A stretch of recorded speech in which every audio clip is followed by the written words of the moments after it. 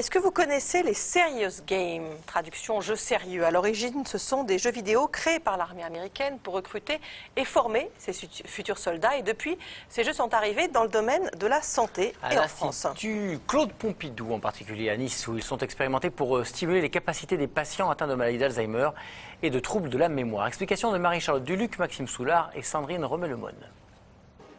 Aux commandes de son sous-marin, Jean Sanchez torpille ses ennemis. À 73 ans, ce retraité souffre de légers problèmes de mémoire. Des troubles épisodiques qui lui font parfois perdre la notion du temps.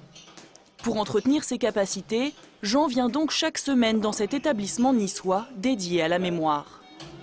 Donc il faut couler 2 cargos, donc 2 bleus.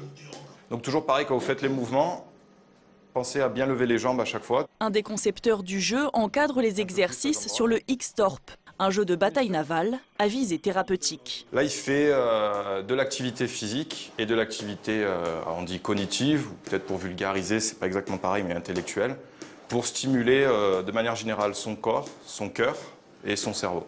Le Serious Game, ou jeu vidéo sérieux, est ludique, stimulant. Le patient s'entraîne sans même s'en rendre compte. Ça me fait du bien, incontestablement. Ça permet de faire travailler la mémoire, chose que j'ai tendance à ne plus faire maintenant à mon âge, sans activité professionnelle et autres. Oui. Après quelques séances, même la femme de Jean a constaté des progrès dans son comportement. Oui, je vois un changement. Il est moins apathique, moins dans ses petits papiers. Et il m'a dit il y a une semaine, ce serait peut-être une bonne idée de faire une activité systématiquement. Donc rien que ça, c'est un progrès. Depuis plusieurs années, l'équipe du professeur Robert travaille à la création de ces jeux sérieux. Pour ce médecin, l'utilisation des nouvelles technologies apporte une alternative non pharmacologique, plus humaine au traitement. Notre travail, c'est un travail pour essayer d'améliorer un certain nombre de phénomènes, la qualité de vie, favoriser les émotions, favoriser un entraînement qui permet d'acquérir ou de maintenir des compétences qui sont utiles dans les activités de vie quotidienne. Si j'entraîne quelqu'un avec ce Serious Game à utiliser une machine à café, eh bien peut-être que ça lui sera utile à sa maison ensuite. Ingénieurs et médecins élaborent ensemble ces jeux vidéo. Pour stimuler le patient, ils adaptent le contenu en fonction de ses intérêts. Il y a un symptôme qui est très fréquent dans les pathologies, maladies d'Alzheimer et associées, qui s'appelle l'apathie, la perte de motivation, la perte d'intérêt, la perte d'initiative.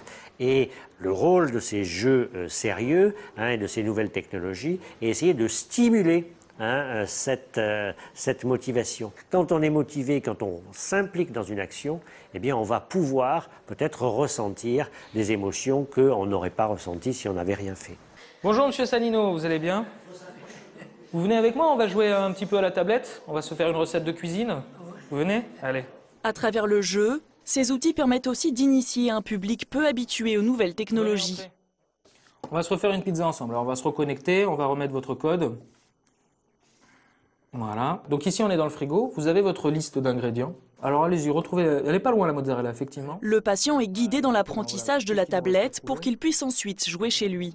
Allez-y. C'est pour que l'outil aussi permette à la personne de pouvoir continuer chez elle, un peu en autonomie, de continuer à s'entraîner. Alors, ça ne remplace pas le côté humain, mais si on peut permettre à ces personnes de continuer à travers quelque chose de stimulant, d'engageant, à travailler la mémoire, les fonctions un peu exécutives, et bien si on arrive à montrer ça, on aura déjà fait un grand pas. En France, les Serious Games à destination des personnes âgées sont encore rares. Mais avec le vieillissement de la population, ils devraient se développer et venir compléter la prise en charge des troubles de la mémoire.